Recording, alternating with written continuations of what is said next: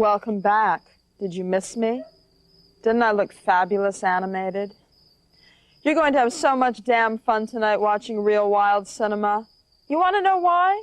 Because we've got monster, sex, and rock and roll. And we've condensed these films so you don't have to sit through the boring parts. This is the fabulous underground world of gore and sexploitation films. These films were made in 1 or 2 days with no money and amateur actors. But the filmmakers did share a common trait. They were incredibly committed to what they were doing. You'll notice that a certain passion comes through in all their work. And you know me, I'm all about passion. I'm Sandra Bernhard, your guide through the subterranean industry of cult classics. And the first flick on our night of evil carnival horrors is The Wild and the Naked. The wild part would be the deranged subhuman dancing, and the naked part is covered up by black bars. Sorry.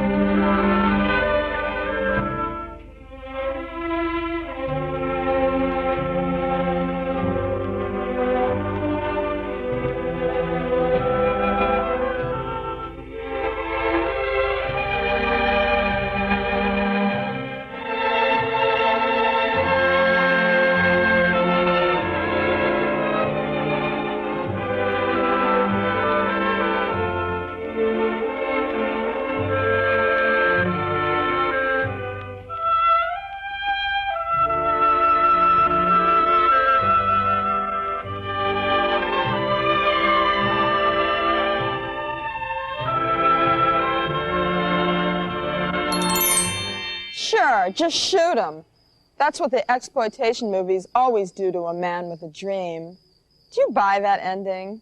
Do you really think those two got together and dated? I think she probably turned out to be a huge bitch and had the guy drop her off at the closest dock. But that's just the twisted romantic in me. Stay tuned for The Girl and the Geek and find out why I, Sandra Bernhard, never go to amusement parks. Lady Godiva on a white horse, drifting in midair.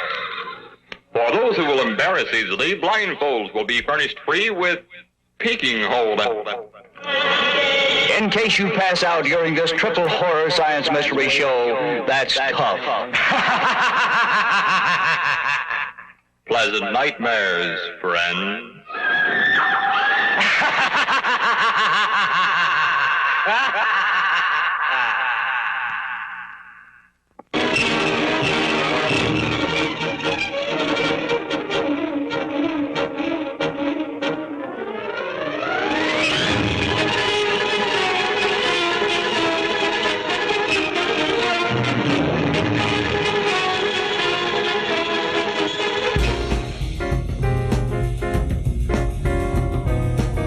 This next little masterpiece, The Girl and the Geek, was filmed deep in the heart of Texas in 1964, the same year that gave us A Hard Day's Night, Dr. Strangelove, and Goldfinger. However, you'll find no similarities. As a matter of fact, unless you've been chased around an abandoned amusement park by a maniac in a bad Beatles wig, you won't relate to this film at all. But you will enjoy the dubbed-in screams in The Wild Mouse. Be on the lookout for something that looks and sounds like this.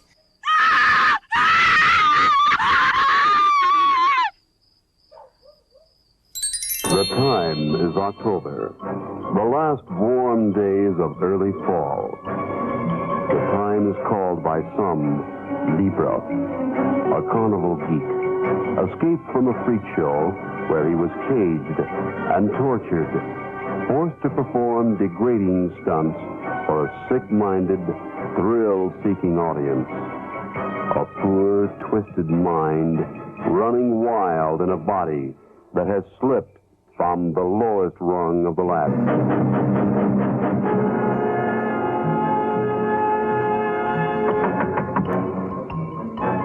Well, that crazy geek's going wild out there.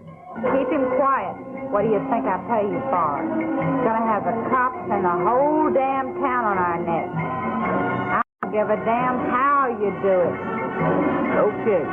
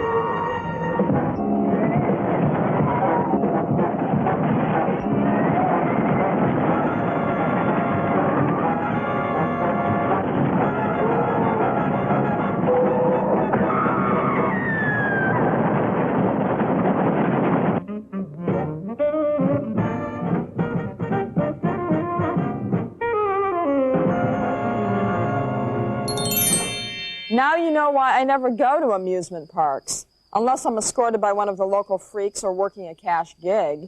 And what was with that geek's facial hair problem? He had little bits growing out everywhere. Get a haircut and a good facial from Ernie Benson and you might have had a chance. When we come back, we'll wallow in the steamy side of the carnival life of She-Freak. And we'll talk to our special guest.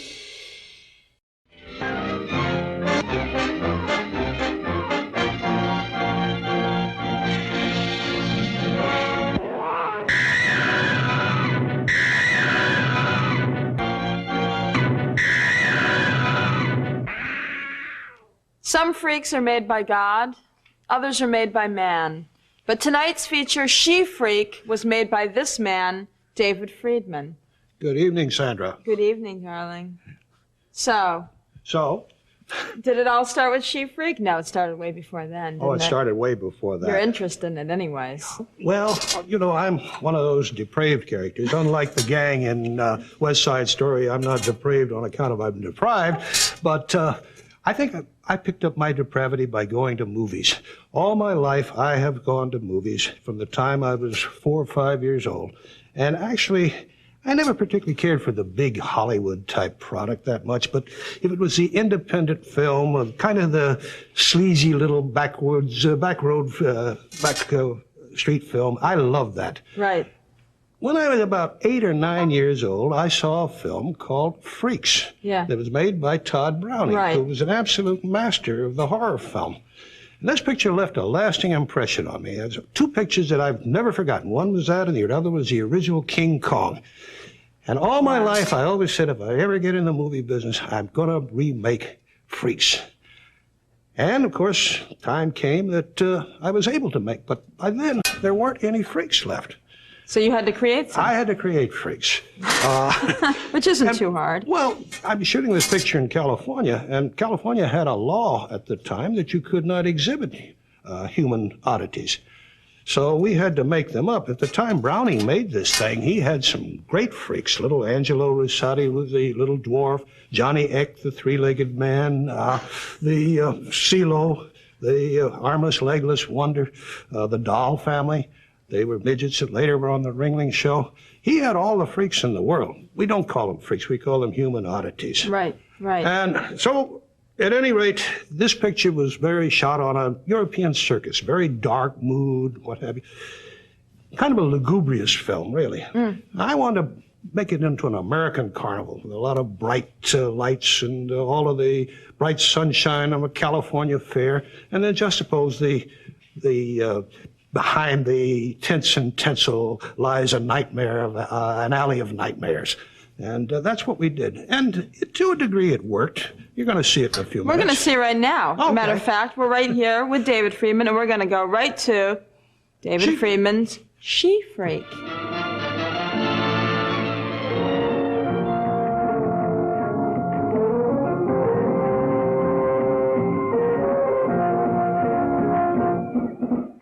So you got in here?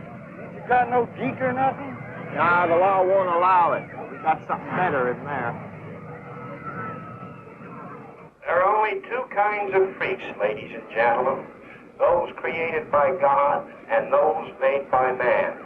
The creature in this pit is a living, breathing human being that once was. But that's another story that happened a long time ago, a long way from here. Look, if you must.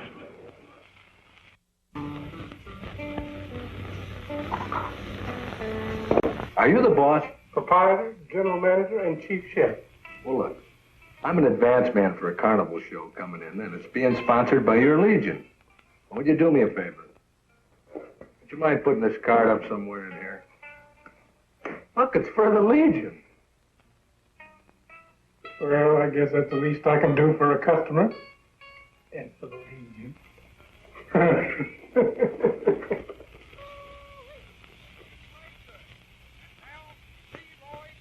Yeah, how's that? I sure appreciate it.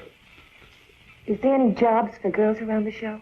Oh, I can't sing or dance or anything like that. But if there's work, I'm used to it. Look, the show will get in late Sunday evening. Monday, go to the office wagon. Ask for Al Babcock. Now, you tell him Ben Thomas sent you. Ben Thomas. You get out of here, you carnival tramp. I don't want you giving my customers no disease. You know where you're going, girl? You're going down. You're going all the way down. From here, it's all the way up.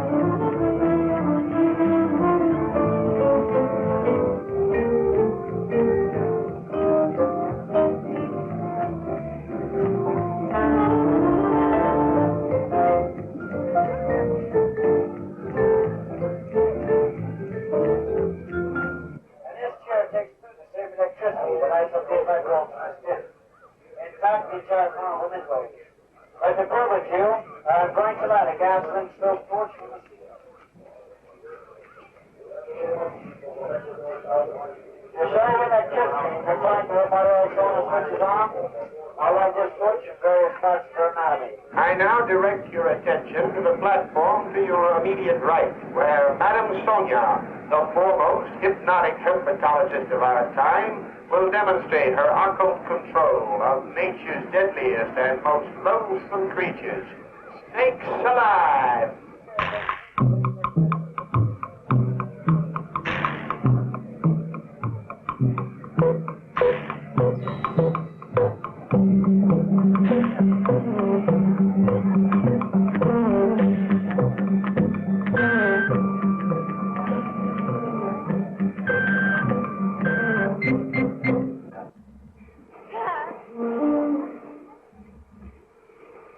Honey, what's the matter? You look shook. I just saw him. Who, the crowd? The freaks? So? They're so horrible. Honey, God made them the way they are. They're better off around here than most places. Why do they have to be anywhere? Hey, Moon, you're on. Just wait here. I'll be back in a minute.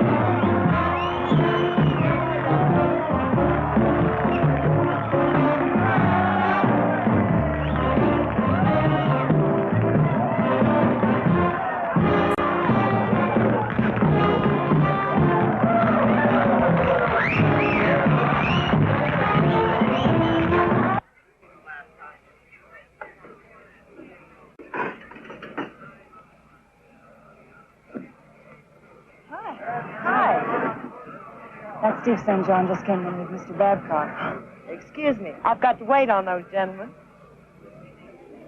Morning, Mr. Babcock. Morning, Mr. St. John. Good morning, Jade. You've met Steve St. John? What can I get you, gentlemen? Just coffee. Black. Same. Yes, sir. Where'd you come from, Al? Oh, just a little country gal looking for something better.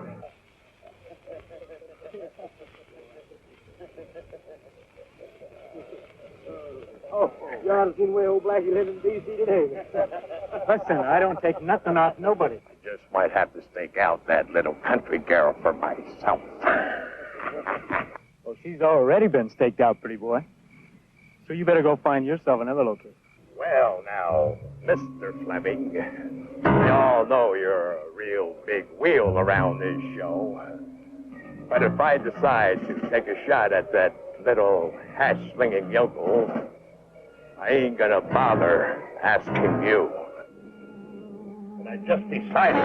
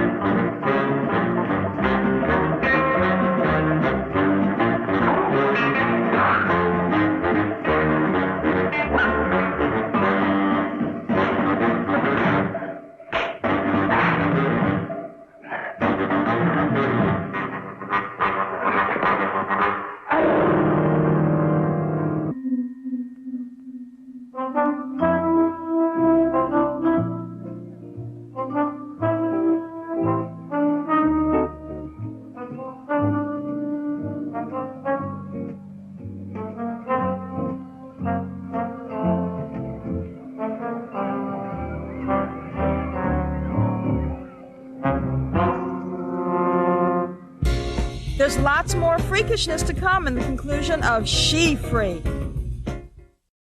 I don't know about you, David, but this She-Freak girl doesn't look like some little old country girl looking for something better. She looks like a Swedish supermodel climbing her way to the top of the carnival business. I don't trust her. Let's find out what her intentions are. Here's part 2 of She-Freak. How's it going? Fabulous, but I think it'll get better. You won't be too late, will you? Oh, no, another hour or two at the most.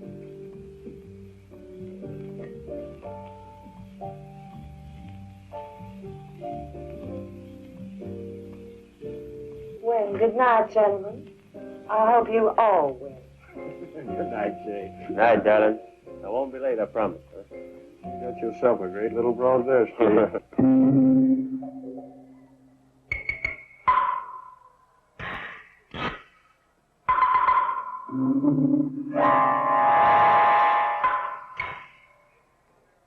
Hey, where you going? Hey! You know, if I had a good-looking wife like you, she wouldn't be wandering around the lot at night by herself. Of course, you could be looking for something. Something special. Something you probably can't get nowhere.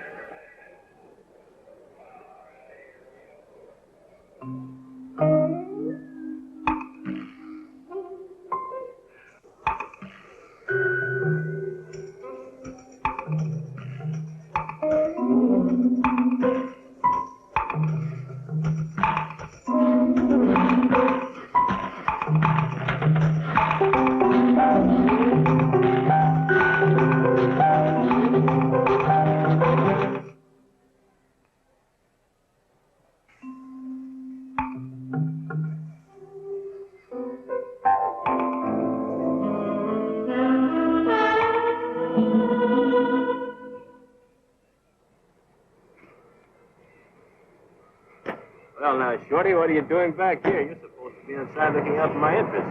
Listen, John, I gotta talk to you. I gotta tell you something. Good morning, darling. Good morning to you, Shorty. Dear. Hi, sweetheart. I didn't wake you up last night when I came in, did I? I'll talk to you later, Mr. John. No, he doesn't like me. Oh, Jade, you're imagining things. Shorty likes everybody. Give me the creeps. They all do. Oh, honey, they're my friends. They're human beings just like you and me. They're not like me, they're not. I'm no fake.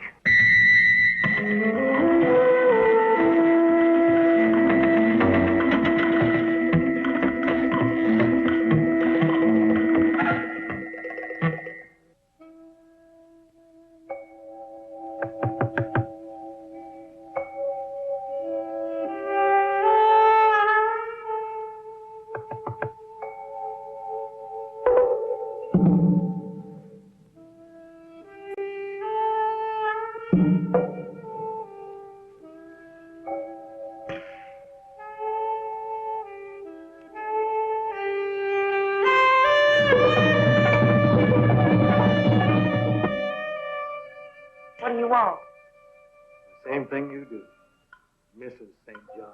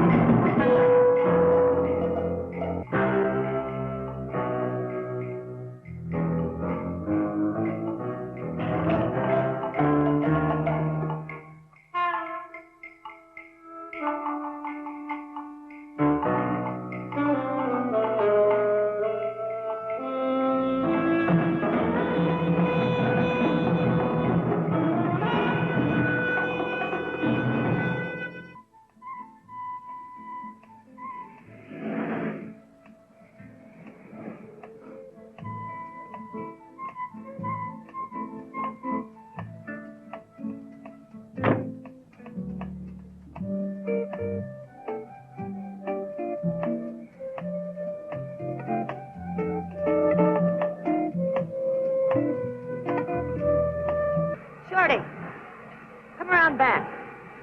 I want to talk to you.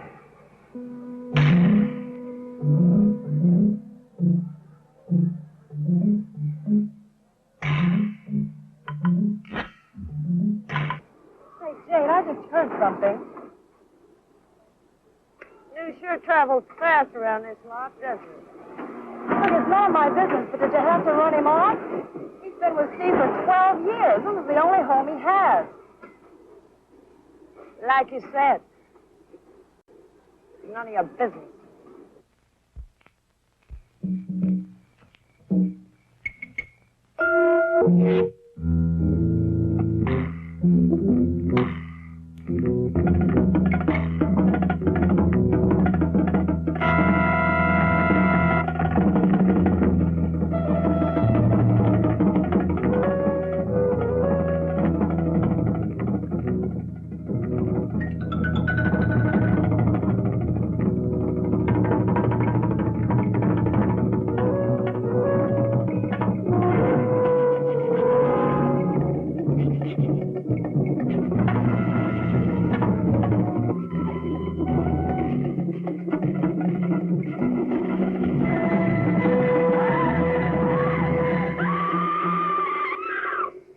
There are only two kinds of freaks, ladies and gentlemen. Those created by God and those made by man. I guess both of them had a hand in what you see here.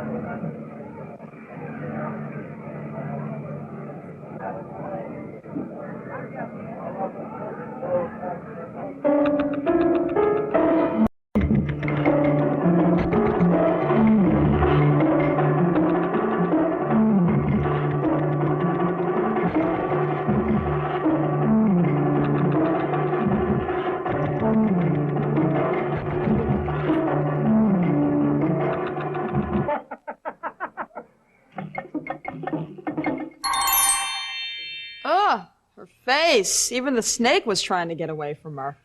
Maybe in some weird karmic way she asked for it. They're not like me. I'm no freak. Well, you are now, honey. Remember, what you loathe is what you become. Frightening thought, isn't it?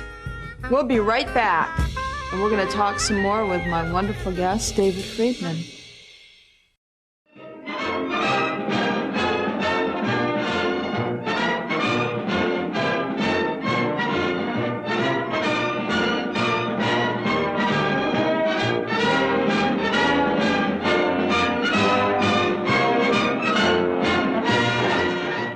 We're back with my guest, David Friedman, writer-producer of She-Freak. So what do you think? Why isn't there a bigger demand for the kinds of films that you used to make? Does it have anything to do with the disappearance of drive-ins? Absolutely. Sandra, the drive-ins were the home of the exploitation movie. Right. I mean, in the, say, 1970, there were roughly 5,200 drive-ins in the United States. Wow. Now, these drive-ins, these situations didn't require big, major Hollywood pictures. Musicals weren't that big in drive-ins. Certainly not, certainly not drawing room dramas. They wanted action. They wanted fast cars. They wanted a little skin. Yeah. They wanted something horrible. This was how companies like AIP came into existence. Right. AIP pictures were designed specifically for drive-ins. So were my pictures. So were all of us that were in the exploitation business. This was our home. It was fun. You got the family together, and the husband didn't have to change his clothes. They had a six-pack of beer, and you went to the movies. Well, you could do things in a drive-in, too. You could have dusk to dawn shows, right, where you could play 6 horror pictures in a row, starting at 6 o'clock in the evening and running until 6 in the morning. I know. You could actually have, with She-Freak, for example, I had a gang, some circus cars and wagons, and a couple of phony freaks that we'd go around and play the picture I made. Probably the picture for which I am the most infamous was a picture called Blood Feast. Right. And in that picture, I screened the picture for my wife, who's always been one of my severest critics. I said, "What'd you think of the picture?" She said, "In one word?" I said, "Yes." She said, "Vomitus." So I said, well, okay, that gave me an idea. So I came up with these vomit bags that the airplanes used to give you, and on the front of it I said, "You may need this when you see She-Freak." And we'd pass these out a week before the picture opened, and they became collector's items. And everybody came to see Blood Feast. Wow. But these were the things you could do in drive-ins. Today, there's no longer any exploitation. That all the theaters, all the movie theaters today are these multi-screen complex. I call them mausoleums. And you cannot...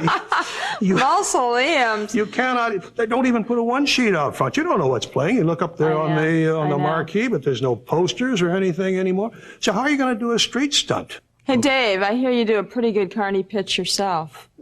I've been known to. For example, if you're fronting a girls' show, hey, this is a show where they take it off, wrap it up, roll it out, and throw it right at you.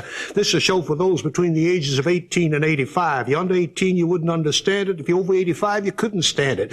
Now, on the inside, you're going to see 16 beautiful girls in various stages of dress and undress. Now, I'm going to have these girls come out here on the stage just one more time for you all to take a look before the show starts on the inside. I want you to look at one thing and one thing. All of these girls are going to be wearing a red kimono. I want you to pay particular attention to that red kimono, because once you get inside, you're never going to see that kimono again. And that was what was called the pitch, the ballet, turning the tip and getting the customers to come into the tent. And here we are, under the big top. Here we are, and this is where exploitation all started. All of us, or most of us, that got into the exploitation film business came from the carnival and the circus. And we're going to keep it going. Thanks for coming on the show. Time for our last flick on Evil Carnival of Horrors night here on Real Wild Cinema. This next short came directly from a carnival sideshow. Her name is Snake Girl. And this woman does things with snakes that would cause outrage with the animal rights activists of today. See if you can spot the symbolism in this suggestive scene.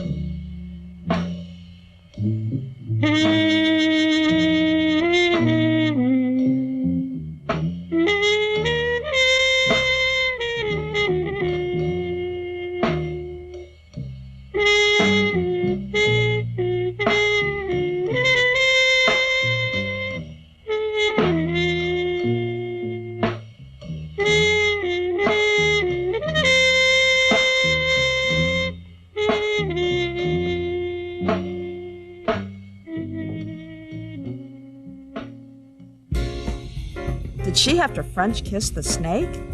God, I hope that job provides medical. More reptiles after this. Welcome back to Real Wild Cinema.